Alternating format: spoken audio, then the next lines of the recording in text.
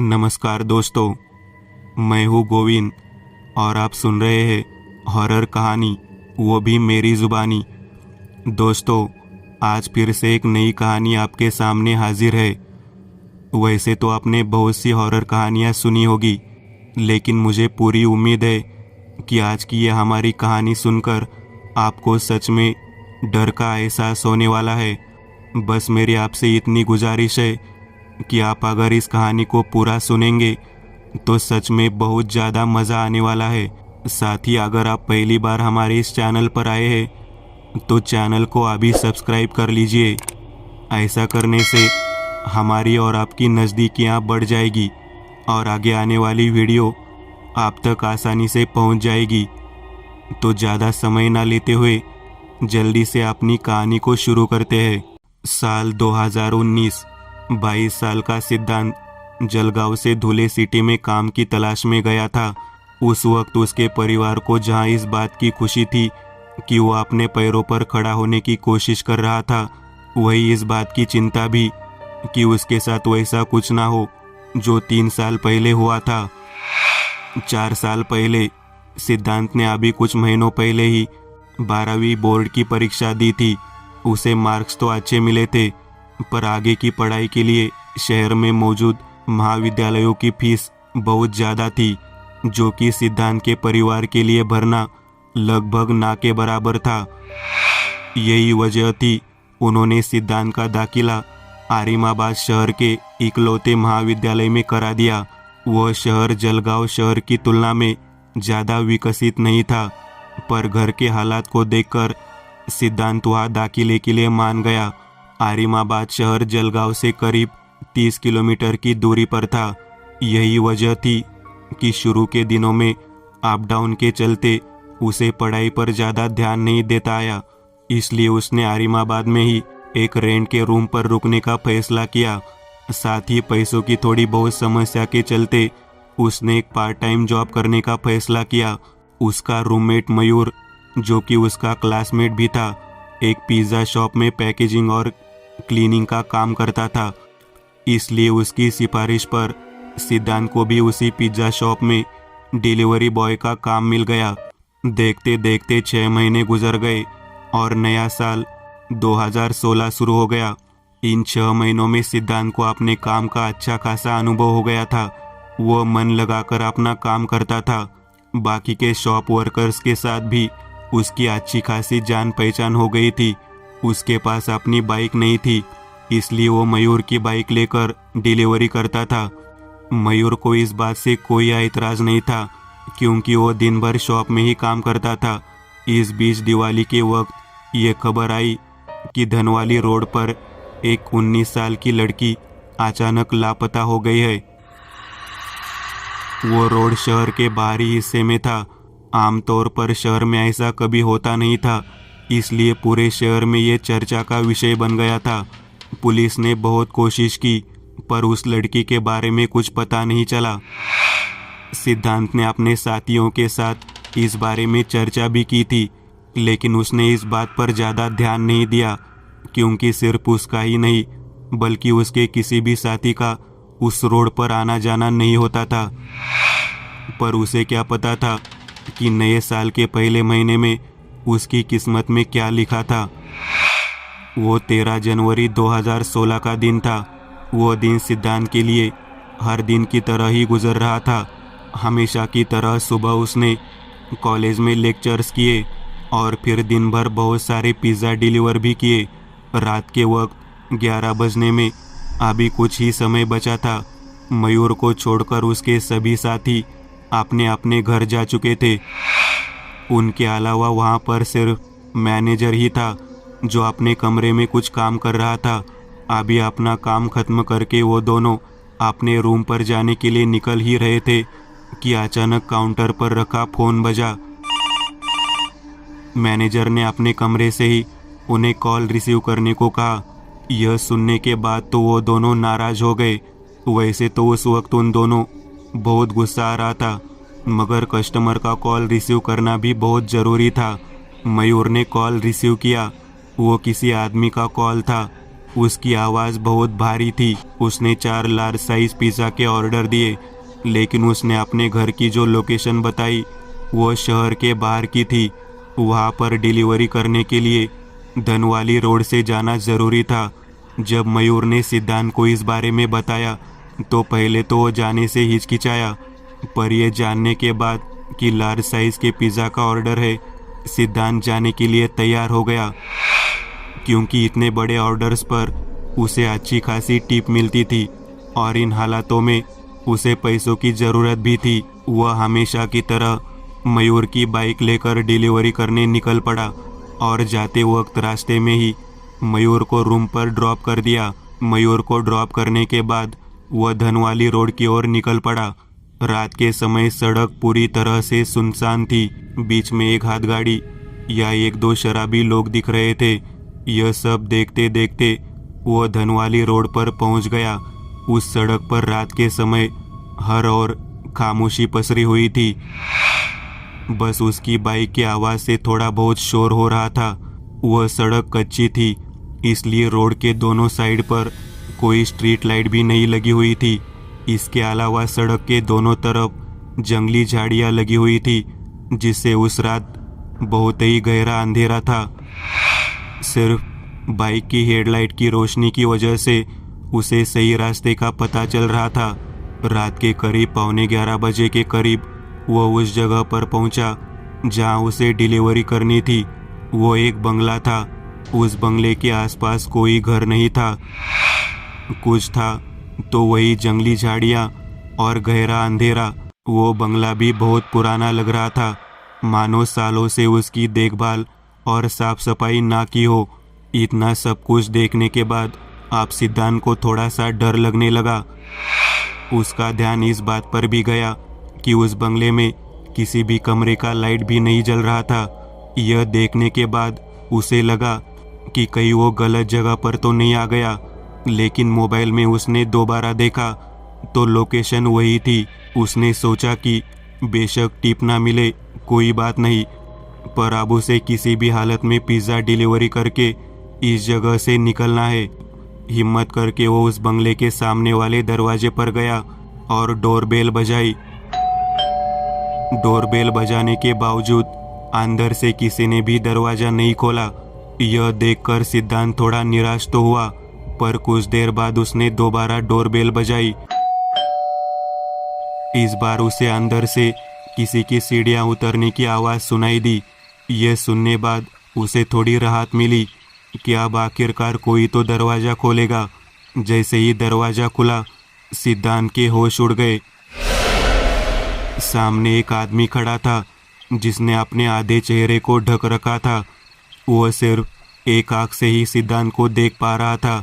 उस शख्स की उम्र करीब 40 साल होगी। घर में अभी भी अंधेरा था। उसने सिद्धांत से कहा, तो आ गए तुम? जी, ये रहे आपके लार्ज पिज़्ज़ाज। ऐसा कहते हुए उसने वो पिज़्ज़ाज उस आदमी को दे दिए। मैं अभी पैसे लेकर आता हूँ। उस आदमी ने पिज़्ज़ाज लेते ही तुरंत कहा। जैसे ही उस आदमी ने ऐसा कहा, सिद्धांत ने हाँ में सिर हिलाया। वो आदमी दरवाज़ा खुला छोड़ अंदर पैसे लेने चला गया और उसके वापस आने तक सिद्धांत दरवाजे पर ही खड़ा रहा। इस बीच वो मोबाइल में अपनी कंपनी के ऐप पर ये कंफर्म कर रहा था कि डिलीवरी हो गई है। जैसे ही मोबाइल पर उसका काम खत्म हुआ, उसने देखा कि वो आदमी अपने हाथ में कुछ बड़ा कागज़ जैसा कुछ पकड़कर उसकी ओर आ रहा है। अंदर के कमरे में अभी भी अंधेरा था, इसलिए सिद्धांत को कुछ ठीक से दिखाई नहीं दे रहा था कि उसके हाथ में क्या है।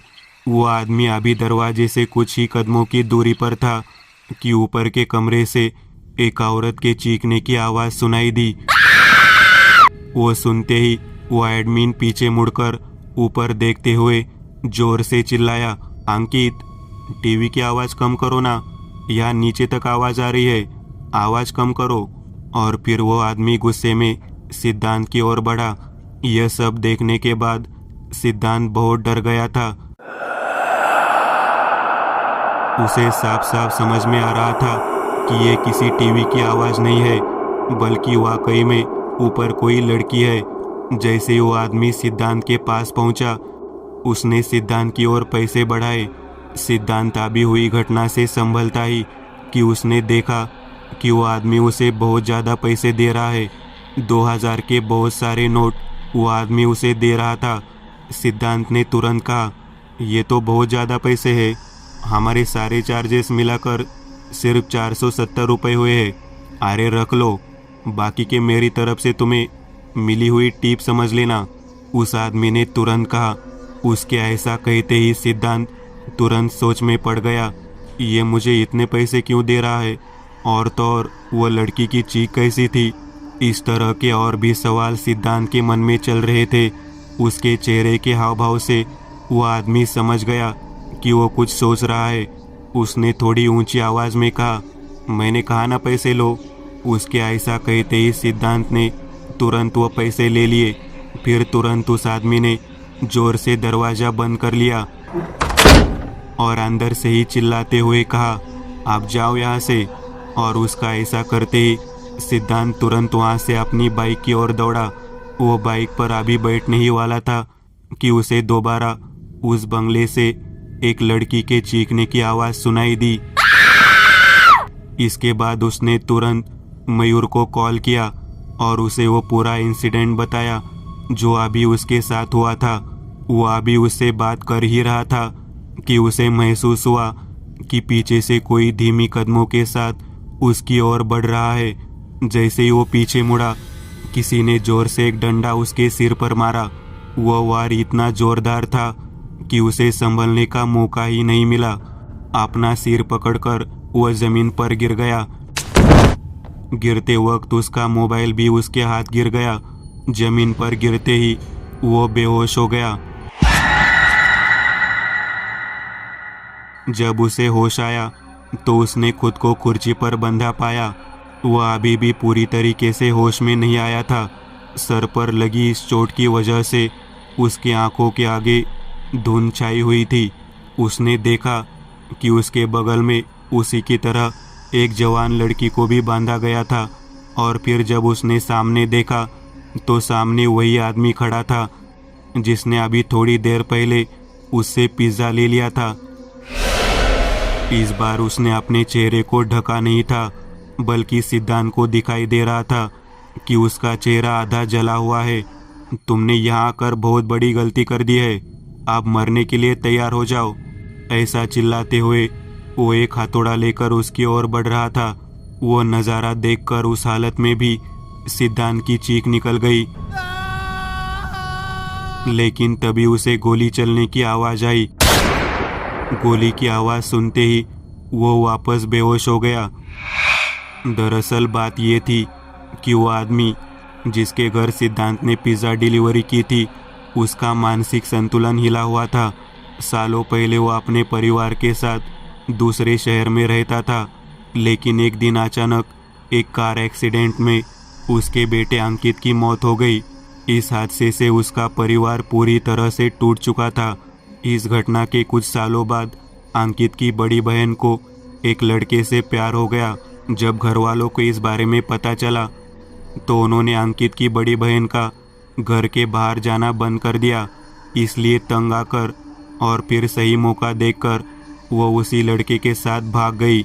इस वजह से सारे लोग उस आदमी का और उसकी बीवी का मजाक उड़ाने लगे। इन सब से तंग आकर वो अपनी बीवी को लेकर शहर छोड़कर उसी घर में रहने लगा जहां सिद्धांत के साथ ये हादसा हुआ था। अब चूंकि वो घर आरिमाबाद शहर के बाहरी हिस्से में था, इसलिए इस आरिमाबाद शहर के ज़्यादा लोगों के साथ उनकी जान पहचान नहीं थी। वो आदमी अपनी बीवी से बहुत झगड़ा करता था। उसे ऐसा लगता था कि उसके लाड़ प्यार ने ही उनकी बेटी को बिगाड़ा था, जिस वजह से वो उस लड़के के साथ भाग गई थी। उन दोनों के बीच इस बारे में बहुत झगड़े होते थे, लेकिन एक दिन ये झगड़ा बहुत ज़्यादा ही बढ़ गया और बात हाथापाई तक आ गई। इसके बाद उसने अपनी बीवी को बेरहमी से मार डाला और उसकी लाश को घर के पीछे वाले हिस्से में गाड़ दिया। फिर अकेलेपन की वजह से धीरे धीरे उसका मानसिक संतुलन बिगड़ने लगा। उसे ऐसा लगता था कि उसका मरा हुआ बेटा और भागी हुई बेटी वापस आएंगे, दिवाली के वक्त जब एक लड़की स्कूटी पर बैठकर धनवाली रोड से गुजर रही थी, तब उसकी गाड़ी का फ्यूल खत्म हो गया। उसने आसपास देखा तो उसे एक बंगला नजर आया। उसने वहां जाकर मदद मांगने की सोची, लेकिन ये उस लड़की की सबसे बड़ी गलती थी। ये उसी आदमी का घर था। जब उस लड़की ने डोरबेल बजाई तो उसी आदमी ने दरवाजा खोला। उस लड़की की कदकाठी उसके भागे हुए बेटी जैसी ही थी। यह देखकर उसे ऐसा लगा कि उसकी बेटी वापस आ गई है। वह बहला फुसलाकर उस लड़की को अपने घर के अंदर ले गया और उसे वहीं पर कैद कर लिया। वह उसे टॉर्चर करने लगा। दूसरी तरफ उस लड़की के परिवार वालों ने पुलिस में उसकी मिसिंग कंप्लेंट दर्ज की। उस लड़की की तलाश में पुलिस उस आदमी के घर पर भी आई थी और उसके घर की तलाशी भी ली थी, मगर उनके हाथ कुछ नहीं लगा, क्योंकि उस आदमी ने उस लड़की को घर के नीचे बने बेसमेंट में छुपा कर रखा था। वहां पर जाने का एक खुफिया रास्ता था जो कि घर के बड़ी अलमारी के पीछे से जाता था, लेकिन पुलिस को उस रास्ते के बारे में पता नहीं चला। इसलिए उन्हें लगा कि यह आदमी उस लड़की के बारे में कुछ नहीं जानता है। उस आदमी ने पुलिस से बचने के लिए अकेले ही घर के अंदर से सारी सफाई की थी, और तो और उस लड़की की स्कूटी भी जैसे तैसे ले जाकर घर के नीचे वाले बेसमेंट में रखी थी। धीरे धीरे 2 महीने गुजर गए।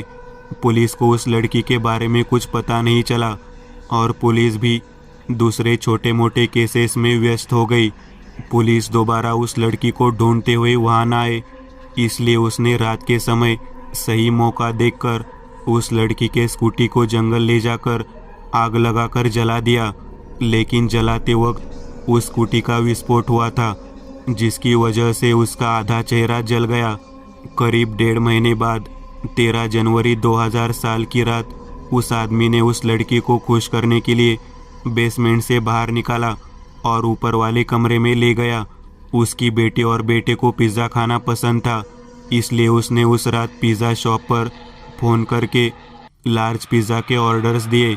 सिद्धांत ने उन ऑर्डर्स की डिलीवरी की, लेकिन उसके आने से कुछ समय पहले ही उस आदमी ने उस लड़की को शांत करने के लिए एक कुर्सी पर बांधकर बुरी तरह मारा था। इसलिए जब सिद्धांत वहां पर पहुंचा तब उसे उसी लड़की की चीख सुनाई दी।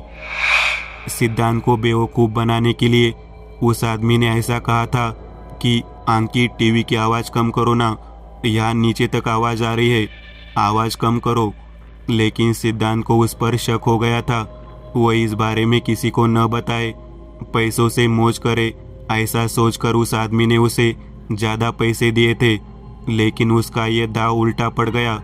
उसने देखा कि पैसे लेने के बाद सिद्धांत अपनी बाइक के पास जाकर किसी से फ़ोन पर बात कर रहा है। उसे लगा कि अब वो पकड़ा जाएगा, इसलिए उसने डंडा उठाकर चुपके से पीछे जाने लगा।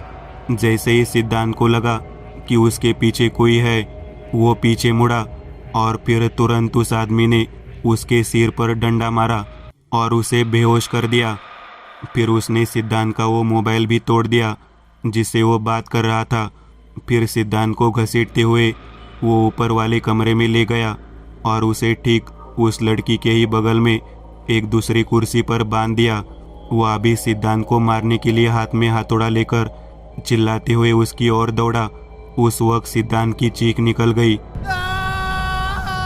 और गोली की आवाज़ सुनकर वो फिर से बेहोश हो गया।